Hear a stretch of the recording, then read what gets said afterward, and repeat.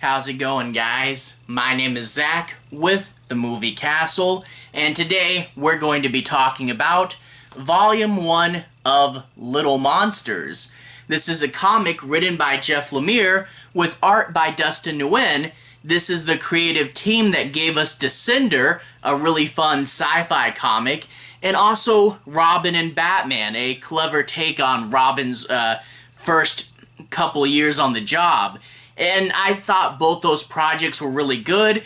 It's really good that Jeff Lemire is teaming up with Dustin Nguyen again. Also, like Andrea Sorrentino, he worked with on multiple series. I really like this idea that Jeff Lemire has some artists that he knows he works well with, and using them over and over again, it's fun to see teams get back together. But what is this book about? I mean, Little Monsters, we can see that. Basically, it's been the apocalypse for 300 years, and so everything is all abandoned and run down. We get these children who are young vampires. Well, they physically look young, but they've been alive for at least 300 years.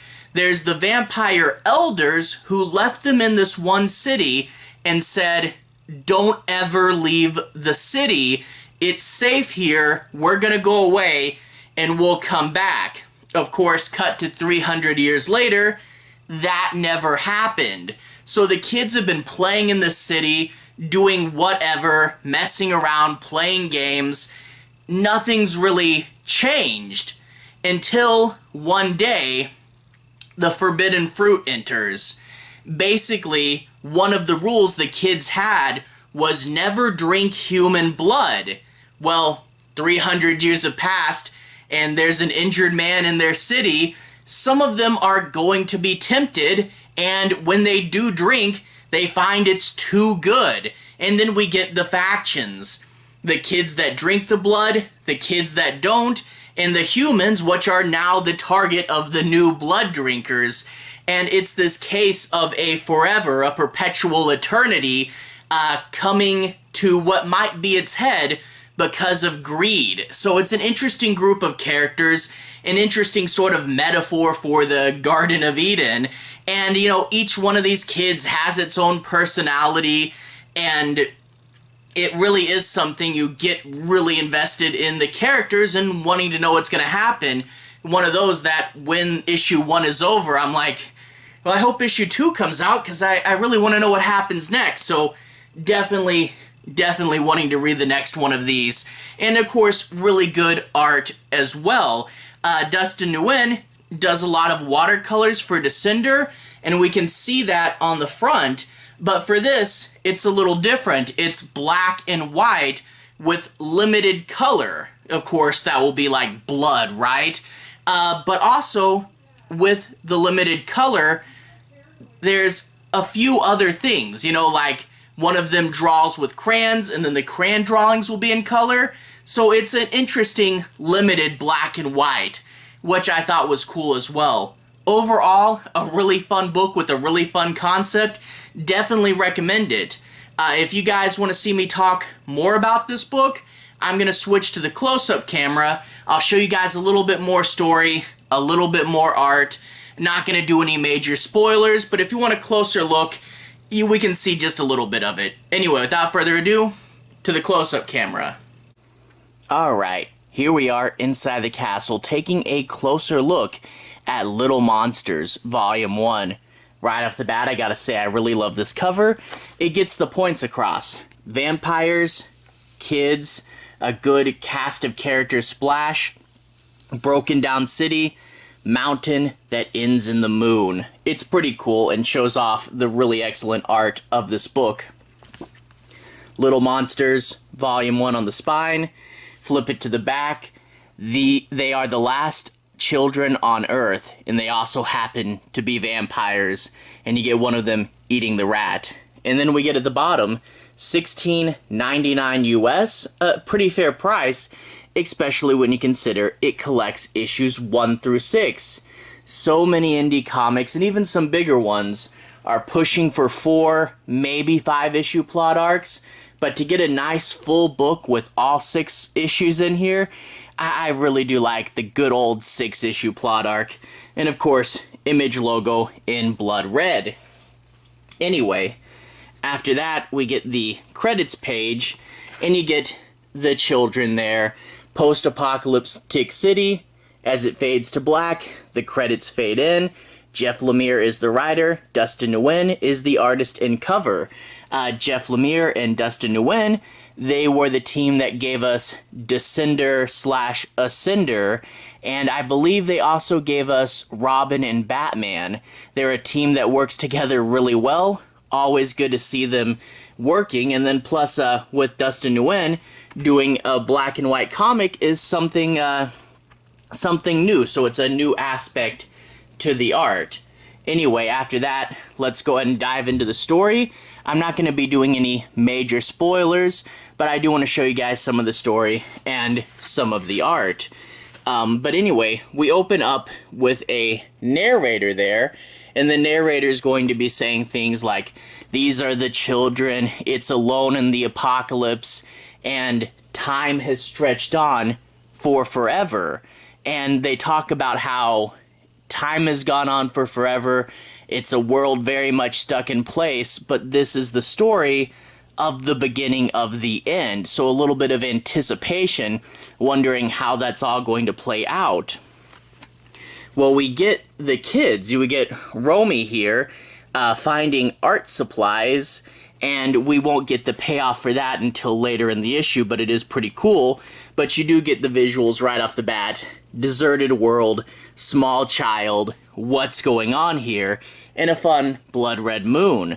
But we get to meet the other kids like Yui and Lucas sitting there on the bridge, listening to music, being the cool kids at the end of the world. And then we get Ronnie and Raymond, the twins, daring each other to jump off buildings, but they say, "It's gonna take me all day to heal," not, "Oh my gosh, I'm dead." So we get the clue that the children are not exactly human before it's exactly revealed. But then we get the Capture the Flag crew, Bats, Vicky, and Billy, and we can see that Billy is upset. Not, again, explicitly set out right now, but they're starting to feel that, time is kind of stuck in place, and, someone might be wanting a change. But anyway, after that, we get a few things happening. The kids will say that they're hungry and break out their tasty rat snacks, and they'll start to talk amongst themselves, but there's the back panel. We then cut to Romy here, and they're going to see something, but we don't find out what that is just yet. But we do see another inclusion of the color as they kind of draw all over the city, and there is a few good payoffs with the drawings later on. But when Romy doesn't get back, Billy will go after them and find a guy stuck in rubble, a human. And that's when his fangs come out. You see, they've been told never to drink human blood, but they've been left alone too long. The temptation's too much, and this is going to be the thing that changes the story. They're going to go, "Wow, human blood, it's way better than I could have ever wanted. I need more." But that's going to kind of put them into two factions, the kids that drink the human blood, the kids that don't, and we'll also get someone who has come in, this young girl who's looking for her father, bad news kid, but yeah, we'll get a human put in the mix of this struggle as well. And again, I don't want to go too far. I've only showed you stuff from the first 2 issues so far, but needless to say, the conflict between the children and also wanting to dig up to feed on more and more humans is going to put them in danger. So we have the blood-drinking kids, the non-blood-drinking kids, and then the humans in kind of this 3-way war. Also, we get little backstories sprinkled throughout the issues. For example, quite early on, we get Romy's backstory. Their father, sick and dying in bed, Romy goes out to chop down a tree, and it turns out this vampire was feeding on Romy's dad, and the vampire says, "I didn't know he wasn't alone. I don't think you should be alone either."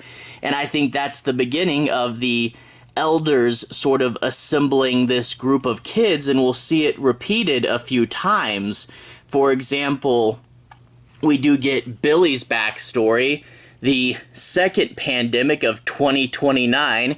Yeah, that's it's only 6 years away. That's probably dating this book pretty well.